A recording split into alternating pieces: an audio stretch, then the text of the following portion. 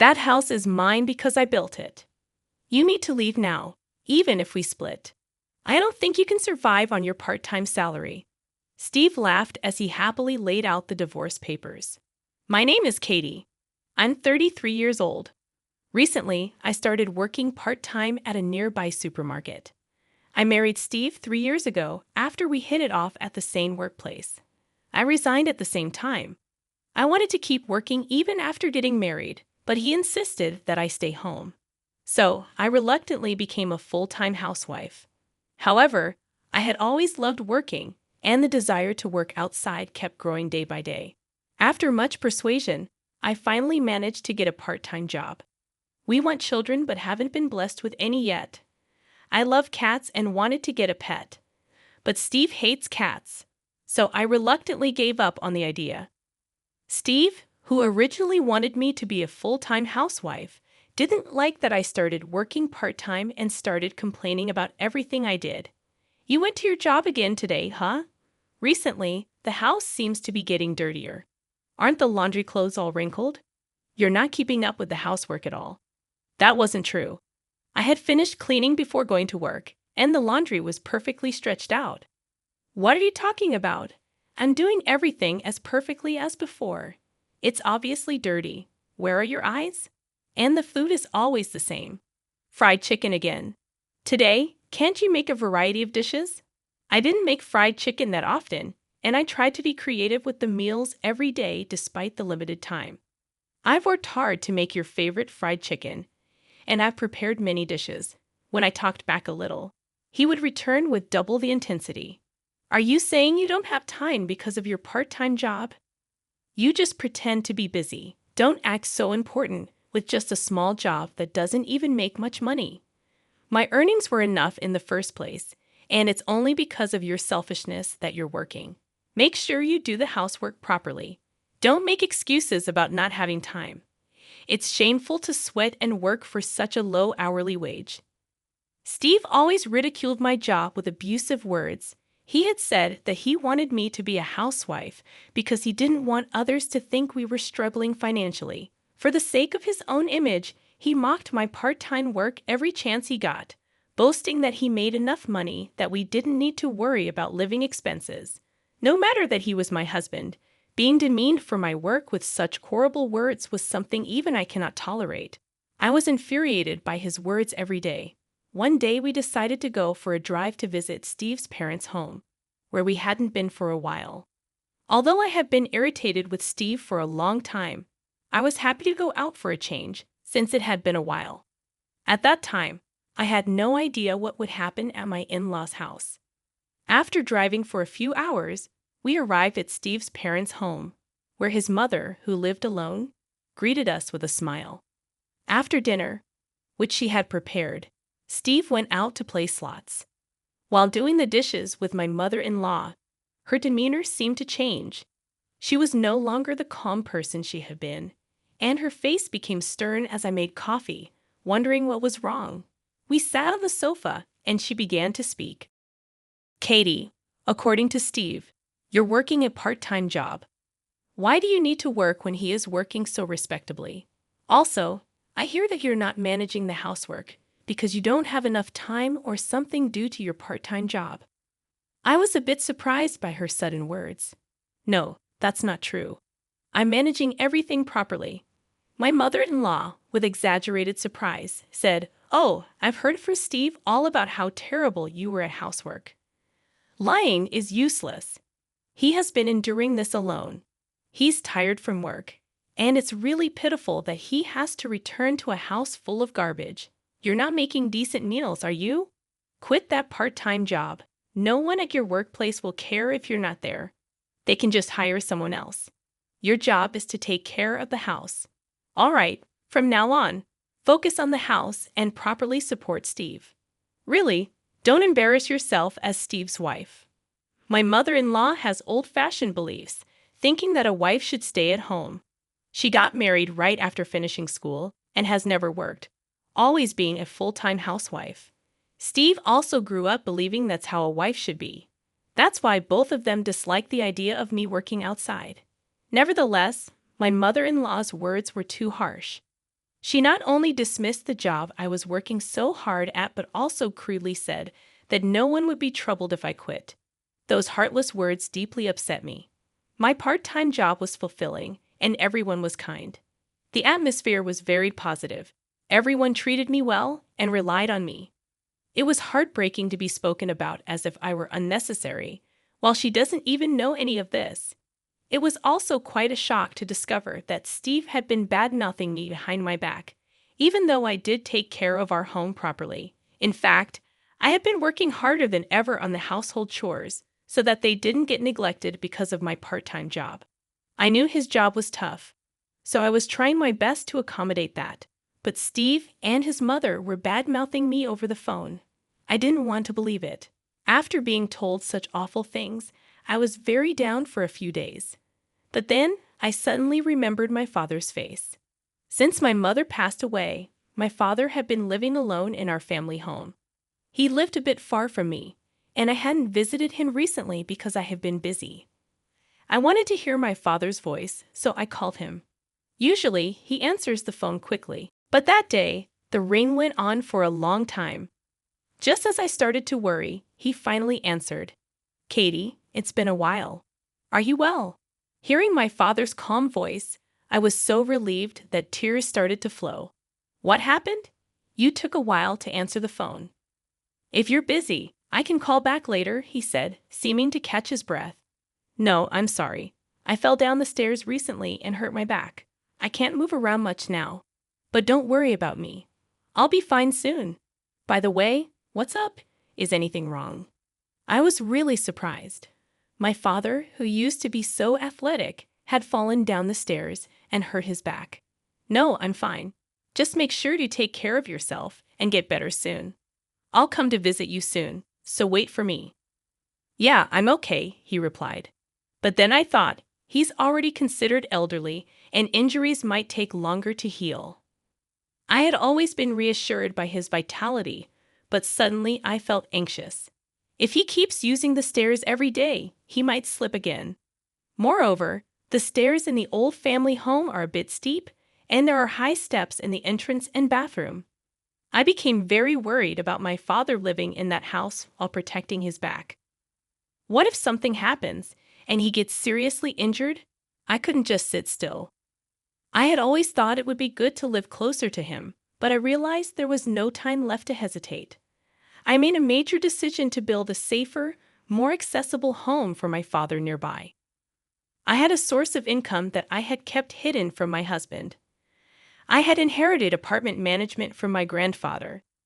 It was originally meant to be my father's, but he had put it in my name in case of emergencies. He had told me it was better not to talk much about it so my husband didn't know. I had saved all the rental income up to now. I would use that money to build a new house for my father. I had caused a lot of worry and hadn't been able to do much to repay him, so now I felt elated thinking about giving my father the best gift of his life. Although I would build it myself, it would involve a lot of money, and I couldn't just keep it a secret. I needed to get Steve's understanding. I was nervous he might come, complain, and reject the idea, but instead he said, "I see. That makes sense. Considering his age, a new house might be better. If a part-timer like you can manage that, then go ahead and try. Just don't come crying to me if you can't do it." He insulted me again, which infuriated me. But arguing would only complicate things further, so I decided to hold back and not retort this time. This made things easier for me. I immediately started looking for a good contractor and moved forward with the process. It seemed that Steve was not pleased with the idea of me actually building the house. He didn't voice any complaints, so I tried not to mind it. But he was not usually the type to stay quiet. One day, I was shocked when I went to the bank to withdraw money for groceries. Our living expenses had been reduced by $3,000, withdrawn all at once. I had no recollection of spending such a large amount of money. There could only be one person who could have done this. That night, I confronted him. When I went to the bank today, I found that $3,000 had been withdrawn from our living expenses. "Do you know anything about this?" Steve arrogantly replied, "I gave it to my mother." You said you were going to build a house, so you must have been saving up somewhere, right? $3,000 isn't a big deal.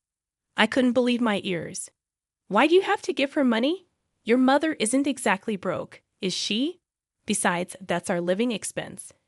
It's too selfish to give away such a large sum without even asking me. He snapped back. What do you know about my mother? She said she was struggling. What's wrong with a son helping his mother? Besides, that money was earned by me. How I use it is none of your business. If it bothers you, try earning as much as I do with your part-time job. See, you can't say anything. Don't ever complain about what I do again. After shouting at me, he stormed out of the room. I had always believed that despite his harsh words, Steve would never betray me. It would have been better if he had just discussed it with me. If he wanted to give money to his mother, maybe there would have been a better way, and this argument might have been avoided. Did he think I would oppose it, or did he not trust me? Instead of our marriage bringing us closer, it felt like our hearts were drifting apart. Steve didn't seem to think there was anything wrong with using the money without consent, and the next day, he acted as if nothing had happened and went to work after breakfast.